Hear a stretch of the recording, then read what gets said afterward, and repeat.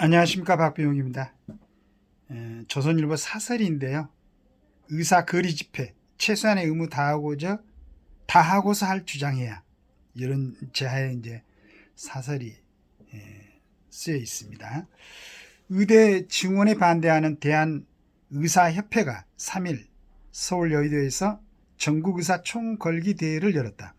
경찰 추산 1만여 명이 참석했다고 한다. 반면 집단 사직한 전공이 9천여 명 중 전부가 복귀 시한으로 정한 지난달 29일까지 복귀한 이들은 565명에 불과했다.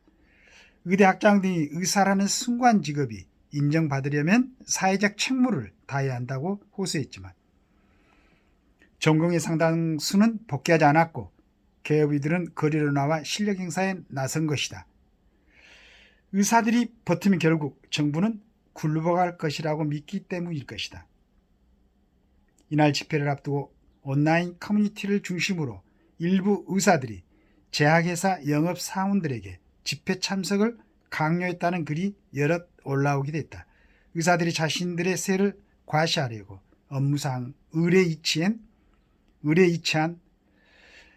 제약회사 직원들에게 부당하게 집회 참석을 강요했다는 것이다. 의협은 의혹을 부인하면서도 일반 회원 일탈 여부를 확인할 수 없다고 했다. 의사와 제약회사 직원들의 직업적 역학관계를 고려했을 때 가능성이 전혀 없는 일이라고 할 수 없다. 사실이라면 의사들이 갑질이라는 비판을 명쾌했다. 의사들이 의대 증원에 반대할 수 있다. 그러나 의사들이 환자 생명을 벌모로 파업하는 나라는 우리나라밖에 없고 이는 어떤 명분으로도 합리화될 수 없다. 그로 인해 사망하거나 심각한 후유증을 겪는 환자들이 발생할 경우 그 책임은 어떻게 질 것인가. 실제 그런 조짐이 이미 의료 현장에서 나타나고 있다. 의사들의 존재 이유인 환자 생명을 볼모 삼아 버리는 실력 행사에 어떤 국민이 공감하겠나. 정부는 엄정 대응 방침을 밝힌 상태다. 전공이 미복귀자에 대해 3개월 면회 정지 처분과 사법 처리에 들어가겠다고 경고했다. 예비비 1,200억 원을 편성해 진료 현장을 지키는 의료진에게 보상하고 대체 인력을 채용할 방침이라고 한다. 하지만 대규모 징계와 처벌이 현실화되고 사태가 장기화할 경우 의료 현장 혼란과 의료진의 피로감은 더 커질 수밖에 없다. 어떤 행태로든 파국은 막아야 한다. 그러기 위해서는 우선 전공의부터 복귀해야 한다. 최소한의 의무를 다하면서 정부에 요구할 것은 요구해야 한다. 그러면 국민들도 그 말에 귀를 기울일 것이다. 정부에 엄정하게 대응하되 대하청구는 열어둬야 된다. 참 마음이 아픈 일이죠. 우리나라에서도 가장 이제 우수한 학생들이, 물론 이제 전체적으로 다 우수하다고는 볼 수 없습니다. 그 한 면이니까 공부를 뭐 잘하고 학력고사 수능 시험 점수가 높고 이런 게 그 사람 한 인간의 전체적인 평가는 될 수는 없겠죠. 그래서 이제 한 가지 제가 이제 요즘 전공의들 파업을 하는 것 보고 한 두 가지 측면에서, 한 가지 측면에서는 과연 그 전공의로 지금 파업하고 9천 명이 이제 그 전공의 중에서 과연 본인의 어떤 그 소질이라든가 하고 싶은 그런 마음, 오로지 그런 마음으로 해서 그 의사의 길을 택했을까? 라는 첫째는 의문이 듭니다. 왜냐하면 뭐 어젠가 그제 신문을 보니까 요즘 어린애들이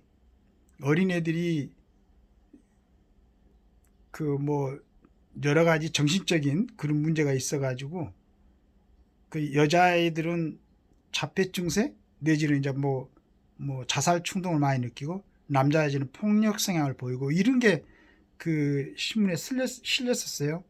무서운 일이죠. 그리고 굉장히 가슴 아픈 일이죠.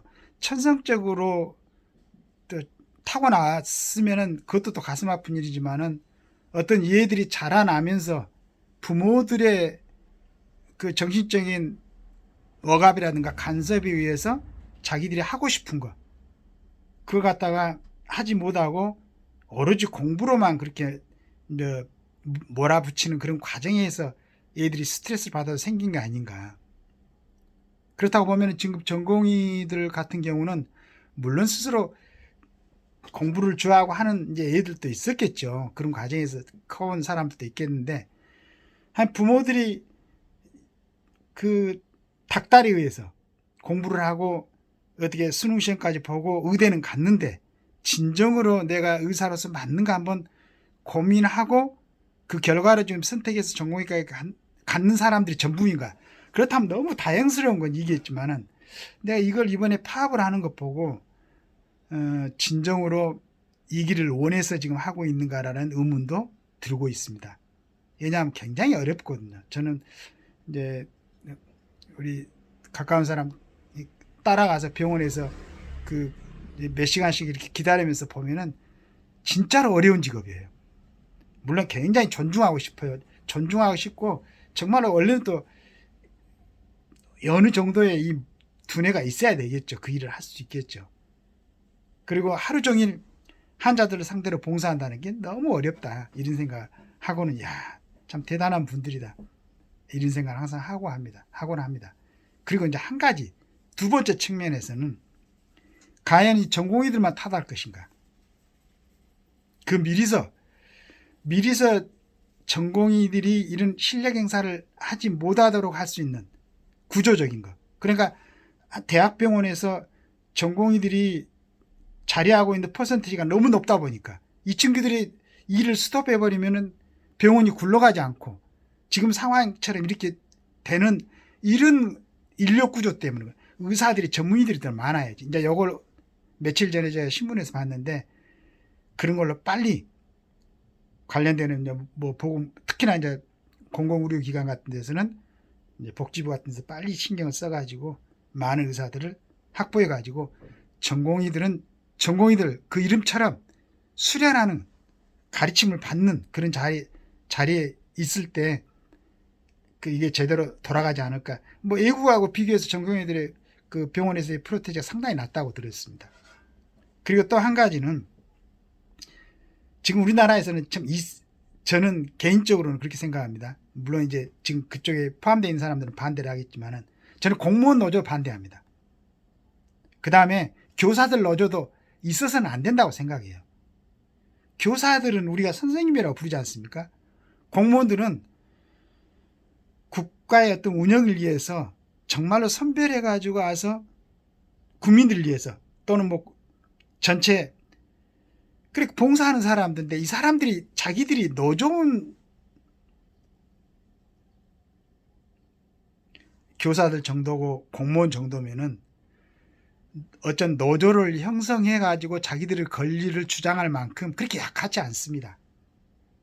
그리고 그 사람들이 주장해야 될 그런 근거도 또 정부에서도 그렇게 하면 안 되고, 물론 교사들은 이번에 어떤 정부나 뭐 기관보다는 그 학부모들로부터, 그런데 이 학부모들로부터 이렇게 받아왔던 것이 보니까 교육감들이 제정해 놓은 무슨 학생 인권 조례인가 이런 것 때문에 그 말도 안 되는 거, 그 균형이 맞아야지.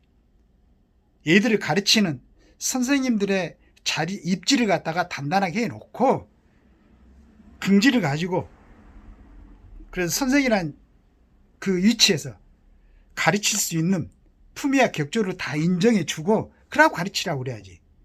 그냥 학부모들이 쫓아가서 선생들을 갖다가 꼭 무슨 하인들 다루듯이 그렇게 하니까 공무원 노조가 생기고 교사 노조가 생기고 하는 거 아니에요. 그런 사회 분위기부터 바뀌고, 그리고 공무원 노조나 교사 노조는 없애야 된다. 저는 이렇게 언론 노조도 없애야 돼요. 자기들이 정말로 열심히 사회 여러 가지 현상에 대해서 정론으로 외치고 하면은, 물론 그 중에서는 또 억울한 일도 있고 막히는 일도 있겠지만은 언론이나 방송 같은 데 노조가 있어가지고 나중에 이제 이게 본인들이 정말로 정당하게 주장해야 될 그런 게 아니고 자기들 이익만 위해서 주장하는 거. 물론 민주노총이나 이제 이런 사람들은 대외적으로 자기들의 의사를 정말하게 이렇게 적나라하게 표현해 줄 수 있는 방법이라든가 힘이 좀 약할 수는 있어요. 현장에서 열심히 일하고 하니까. 그래서 이제 그런 사람들의 모임은 그 노조는 인정을 해야 될 거라고 생각해요. 그러나 이제 이 사람들도 조금 뭐 기종 노조 뭐 이렇게 하면서 좀 변질이 돼가고 있는데, 그래서 저는 개인적인 생각입니다. 그리고 제 생각이 또 바뀔 수도 있겠지만은, 저는 공무원 노조하고 언론 노조, 그 다음에 교사 노조는 없애야 된다. 그래야 의사들 의협도 지금 다른 직업에서 우리가 검사 선생님, 변호사 선생님 이렇게 안 부르지 않습니까? 검사, 변호사, 판사 이렇게 부르지. 그러나 의사들은 의사 선생님이라고 우리가 불러주잖아. 그 정도로 인정을 받고 사회에서 정말로 중요한 자리를 차지하고, 이번에 잠깐 전공의들이 지금 파업을 하니까 얼마나 국민들한테 직접적인 영향을 주는가를 다 보고 있는데, 이렇게 중요한 자리에 있는 사람들이 이제 공적인 어떤 책임감을 좀 하고, 이번에 그 대학 병원장들이 그 예침이 있었죠.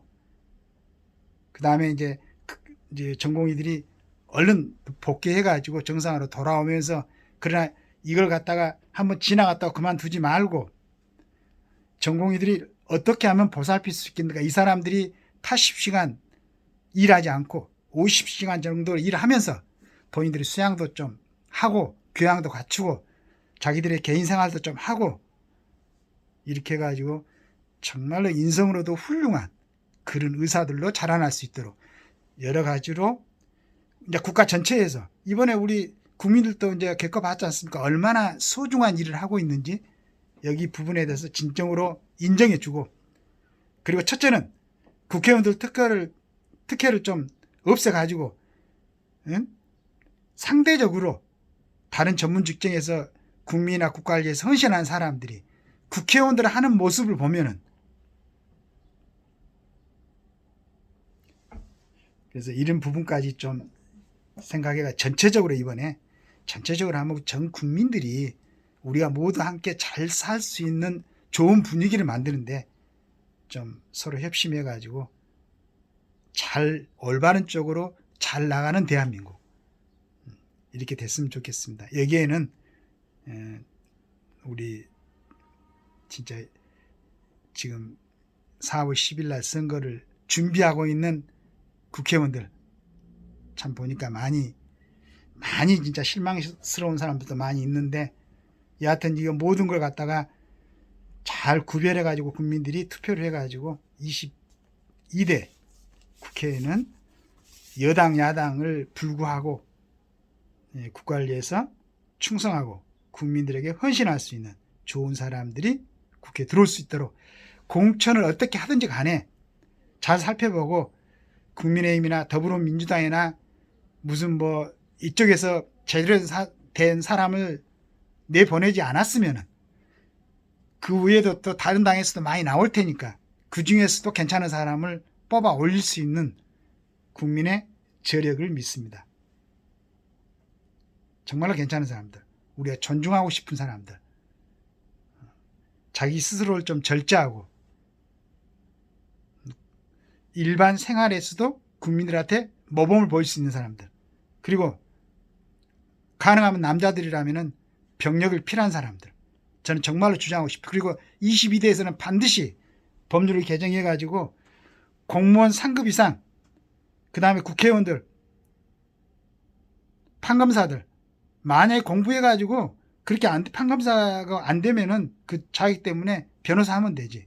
그렇게 해 가지고 우리나라 징용제를 선택하고 있는 대한민국에서는 반드시 남자들은 군대 갔다 온 사람들이 공직에 들어갈 수 있도록 그렇게 법이 개정됐으면 좋겠습니다. 감사합니다.